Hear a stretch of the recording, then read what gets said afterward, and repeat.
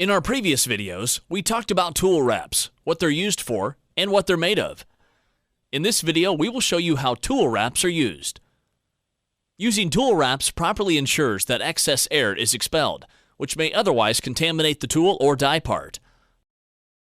The first step is to choose a piece of tool wrap that is large enough to be folded in half. The tool wrap should be large enough to cover the complete tool or die part, twice the allowance for overlapping by at least 3 inches all around. Once you have decided on the size, the tool wrap can be cut with snips or heavy scissors. The next step is to fold the wrap in half. Seal the edges carefully, one at a time. It is important to fold every edge at least twice. While sealing, be sure to expel as much excess air as possible without damaging the tool wrap. For a proper, airtight seam, it is recommended to use a seam roller. This will flatten the edges and remove creases. This makes sealing quicker and easier.